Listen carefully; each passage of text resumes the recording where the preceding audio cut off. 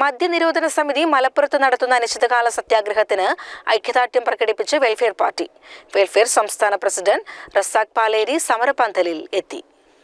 സമ്പൂർണ്ണ മദ്യനിരോധനം എന്ന കാഴ്ചപ്പാട് കേരളത്തിൽ ഉയർന്നുവന്ന ഘട്ടത്തിൽ അതിന്റെ അടിവേരറുത്തത് ഇടതുപക്ഷ ഗവൺമെന്റാണെന്ന് റസാഖ് പാലേരി പറഞ്ഞു. മദ്യനിരോധനം എന്ന് പറയുന്ന ഒരു വലിയ കാഴ്ചപ്പാട് കേരളത്തിൽ ഉയർന്നു വന്ന ഘട്ടത്തിൽ അതിനെ അടിവേരറുത്തു എന്നതാണ് CPM ആ ഘട്ടത്തിൽ ചെയ്തത് എന്ന് നമുക്ക് കാണുവാൻ സാധിക്കും. അതിന്റെ ദുരന്തമാണ് ഇന്ന് അനുഭവിച്ചുകൊണ്ടിരിക്കുന്നത്.